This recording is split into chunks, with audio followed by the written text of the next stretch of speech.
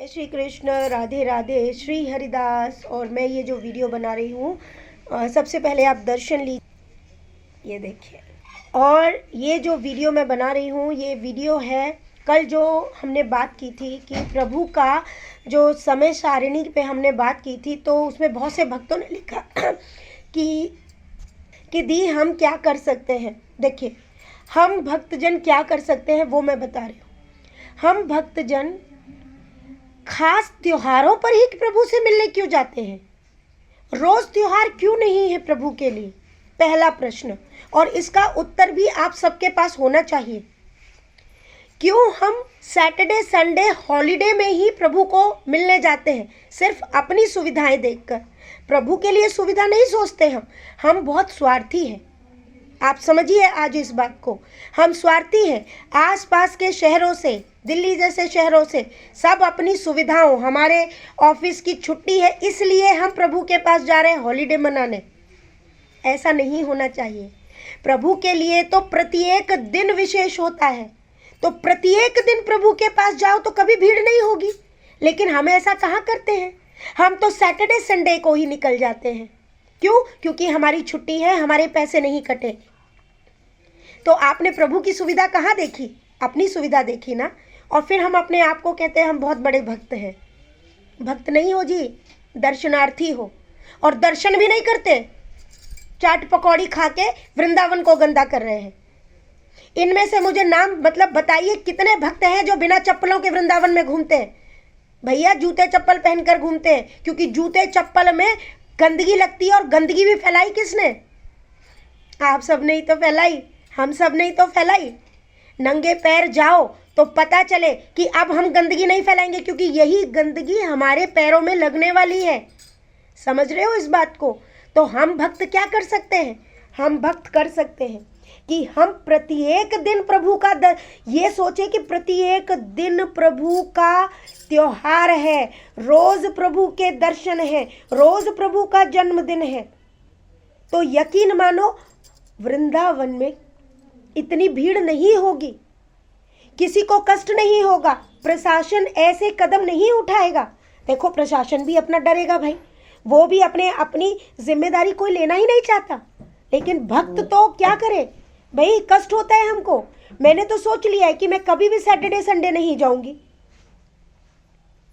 बाकी भक्तों को भी ये सोचना चाहिए कि पूरे दिन प्रभु के हैं, तो हम मंडे को भी जाएंगे, अगर जाना है तो ट्यूसडे को भी जाएंगे। हम खास विशेष दिन ही क्यों चुने? उसी दिन क्यों जाना है? सोचो, होली पूरे मार्च के महीने में होती है, तो पूरे होली वाले दिन ही काहे पहुंचना है वृंदावन में भैया? उससे पहले होली नहीं है? ब्रज में पूरे एक महीने की 40 दिन की होली होती है। मनाओ एक एक बार। प्लीज इस बात को समझने की चेष्टा करिए। हमारे कारण और हमारी सुविधाओं के कारण अगर हम प्रभु को कष्ट दे रहे हैं तो हमें चुल्लू भर पानी में डूब के मर जाना चाहिए, और अपने आप को भक्त कहलाने के लायक नहीं है हम लोग। भक्त वो होता है जो अपने इष्ट को, अपने प्रभु को कभी कष्ट न दे। हमारे कारण उनको कष्ट नहीं होना चाहिए। अरे मैंने तो ऐसे लोग भी देखे हैं जो मंदिर में खड़े होकर जब पर्दा लगता है तो कहते इतनी देर भोग लगाने में लग गई। अरे हद कर दी। तुम खुद भोजन ठूसने लगते हो तो कितना समय लगता है तुमको, तो भगवान को भोजन नहीं करने दोगे? अब तुम्हारे कारण 12 घंटे भगवान खड़े रहे, कौन होते हो तुम लोग? तो हमारी जिम्मेदारी क्या है? अब समझ में आया सबको?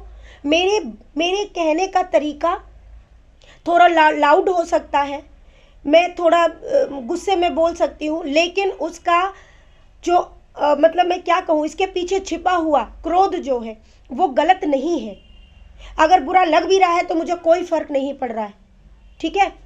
मैं बस यही मानती हूँ, हम सभी को इस बात पर ध्यान देना होगा।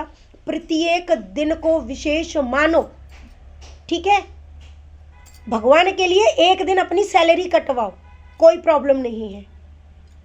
जो हॉलिडे मिलते हैं ना, उसे अपने परिवार के साथ मनाओ, क्योंकि ये हॉलिडे के कारण ही ये सब हुआ है। क्योंकि लोग विशेष सैटरडे संडे भीड़ कर देते हैं वृंदावन में, और मंडे जाके कुछ नहीं है, खाली पड़ा है वृंदावन। तब क्या भक्ति गायब हो जाती है? क्यों भाई?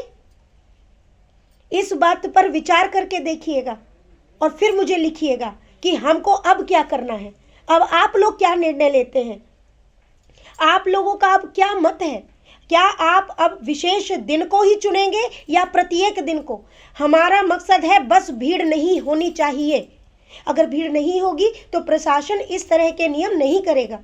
एक बात सोचो, पहले तो कभी प्रशासन ने हस्तक्षेप नहीं किया जब भीड़ नहीं थी। अब प्रशासन चाहता है कि उनके कब्जे में आ जाए, क्योंकि भक्त आज जो सोच रहे ना, जो माला और फल फूल हम प्रभु के लिए लेकर जाते हैं, अगर यही चीज़ प्रशासन के हाथ में होगी, सोचो आने वाले समय में कभी तुम फूल और अपना भोग भी प्रभु को दे पाओगे। कभी बैठकर जो दहली पूजा जो भक्त कर पाते हैं, क्या कभी कर पाओगे। सोचा है कभी। सोच के देखो, विचार करो और स्वयं को बदलो। भगवान की वहाँ पर पता करो, भाई भीड़ है, कम भीड़ है तब जाओ, मत करो भीड़। हम सबके कारण प्रभु को कष्ट हो रहा है और एक दिन हम तरस जाएंगे उनके दर्शनों के लिए। आज जो हम सोचते हैं वो चीज़ कभी नहीं कर पाएंगे। सोचो ये बात। उनका शयन बंद हो जाएगा, उनकी आरती बंद हो जाएगी, उनको भोग नहीं दोगे तो क्या खा के तुम लोग भक्ति करोगे, क्या पूजा करोगे। तो इससे अच्छा तो ये है कि बाहर खड़े हुए किसी भी पेड़ के नीचे है, वहीं पे जाके दर्शन कर लो। बांके बिहारी जी का नाम, उनके चमत्कार आज ही सबको दिख रहे हैं, इससे पहले जो सदियों से होते आ रहे हैं वो। इस बात को सभी को समझने की जरूरत है और स्वयं सबको बदलना है। मैं बदल रही हूँ, आपको भी बदलना है। हमें अपने समय को बदलना है। हमें उस दिन अगर लगता है कि बहुत भीड़ है, हम मंदिर में प्रवेश नहीं करेंगे। इस बात का विशेष ध्यान रखें। प्रभु को कष्ट नहीं देना है।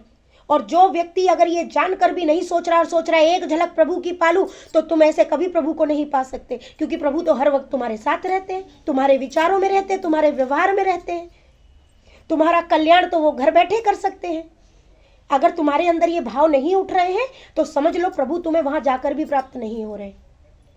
ठीक है। जब जब हम अच्छा सोचते हैं, जब जब हम कल्याण की बात करते हैं, जब हम दूसरों को कष्ट नहीं देते हैं, अरे यहां तो हम प्रभु को ही कष्ट दे रहे हैं। जब जब भलाई का कार्य होते तो तुम्हारे अंदर स्वयं कृष्ण होते हैं। मैं बार बार बता चुकी हूँ, इस ब्रह्म ज्ञान को समझने की चेष्टा करो।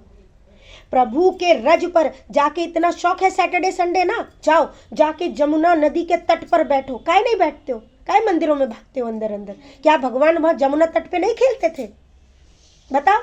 अपने सखाओं के साथ खेलते थे। जाओ वहां देखने की जरा दृष्टि बनाओ, देखो जरा, बैठो वहां करो भीड़।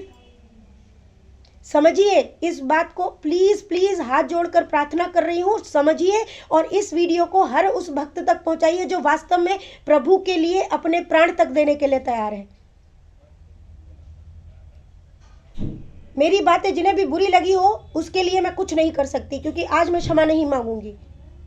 क्योंकि मेरे लिए ये सबसे ज़्यादा इम्पोर्टेंट है कि जिनके कारण भी प्रभु को कष्ट होगा वो मेरी नज़रों में कोई मायना नहीं रखते हैं, कोई भी हो वो।